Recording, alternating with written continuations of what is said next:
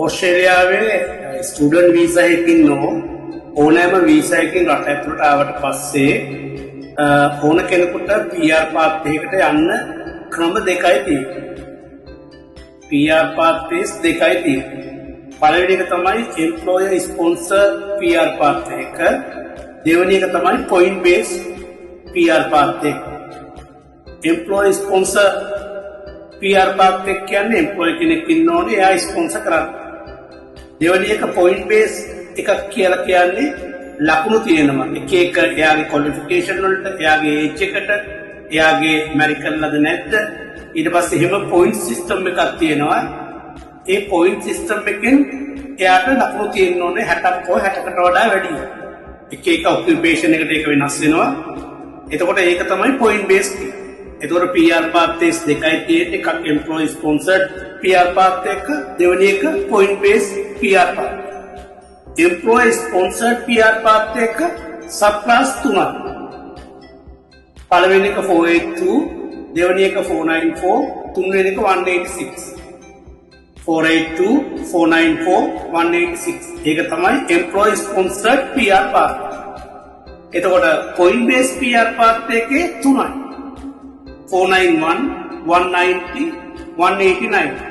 491, 190, 189. sub class 1 මේ කියන්නේ මේවා මූලික වශයෙන් දැනගෙන ඉන්න අපි පසු කාලේ ඉන්නවා මේවා එක එක කරන්න. මෙතනදී මේ දෙක තියෙනකොට මේකට උඩි ගවර්න්මන්ට් එක මේක රෙගියුලේට් කරනවා. ඒ කියන්නේ මේ දෙකෙන් මේ ඔප්ෂන් දෙකෙන් විතරයි PR ගන්න පුළුවන්. එතකොට මේ දෙක උඩ ගවර්න්මන්ට් එක රෙගියුලේට් කරනවා කියන්නේ නියාමනය කරනවා. ඒ කියන්නේ හැමෝටම එක කියන්නේ ගවර්න්මන්ට් එක through තමයි එන්නේ. කොහොමද නියාමනය කරන ආකාර දෙකක් තියෙනවා. දෙකක් නෙමෙයි දෙක තුනක් තියෙනවා. ප්‍රධාන වශයෙන් දෙකක් තියෙනවා. නියාමනය කරන ආකාර දෙක. පළවෙනි ආකාරය තමයි ගවර්න්මන්ට් එක ඔකියුපේෂන් ලිස්ට් එකක් පබ්ලිෂ් කරනවා ගවර්න්මන්ට්. ඒ කියන්නේ ස්කිල් ඔකියුපේෂන් ලිස්ට් එක. අන්නේ ස්කිල් ඔකියුපේෂන් ලිස්ට් එකේ තියෙන ඔකියුපේෂන් වලට විතරයි ඒගොල්ලෝ PR ගන්න. ඒක තමයි පළවෙනි රෙගියුලේට් කරන මෙතඩ්. ඒගොල්ලෝ ඔකියුපේෂන් ලිස්ට් එකක් දෙනවා, ස්කිල් ඔකියුපේෂන් ලිස්ට් කියලා. ඒ ස්කිල් ඔකියුපේෂන් ලිස්ට් එකේ තියෙන ඔකියුපේෂන් වලට තමයි PR ගන්න පුළුවන්. ඒක තමයි ෆස්ට් එක. දෙවෙනි එක තමයි ස්කිල් ඇසෙස්මන්ට්. ස්කිල් ඇසෙස්මන්ට් එක කියන්නේ හැම ඔකියුපේෂන් එකටම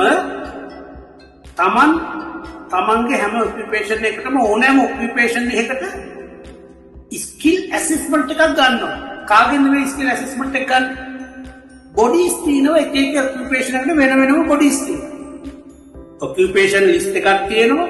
ඔකියුපේෂන් ලිස්ට් එකේ ඔකියුපේෂන් ලිස්ට් එකට අදාළව බොඩීස් තියෙනවා. ඒ බොඩීස් වලින් ස්කිල් ඇසෙස්මන්ට් එකක් ගන්නවා.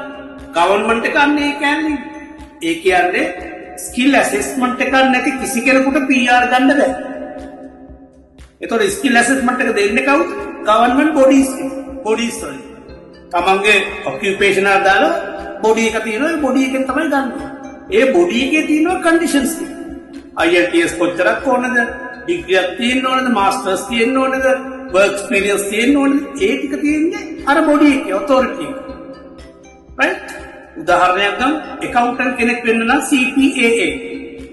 ඇකවුන්ටන්ට් කෙනෙක් වෙන්න නම් CPAA එකේ තියෙන්න ඕනේ ස්කිල් ඇසෙස්මන්ට් එක. CPA කියන්නේ Certified Practice Accountant Australia. right? එතකොට CPA එක කියනවා ඒගොල්ලෝ accountant කෙනෙක් වශයෙන් ඒගොල්ලෝ අපිට skill assessment එකක් දෙන්න නම් ඒගොල්ලෝ කියනවා degree එකක් තියෙන්නේ, IELTS 7 තියෙන්න ඕනේ, job experience ඕන නම් 1 or 2 years තියෙන්න ඕනේ. අන්න ඒ විදිහට ඒගොල්ලෝ කියනවා.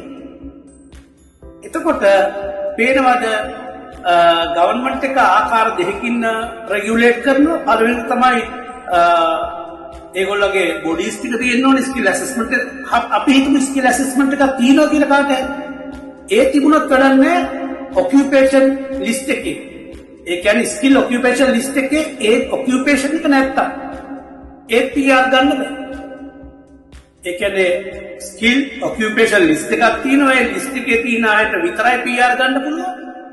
ඒ ලිස්ට් එකේ හිටියත් ඒ ලිස්ට් එකේ තියෙන ඔකියුපේෂන් වලට තියෙන බොඩීස් වලින් ස්කිල් ඇසෙස්මන්ට් එකක් අතේ තියෙනවා.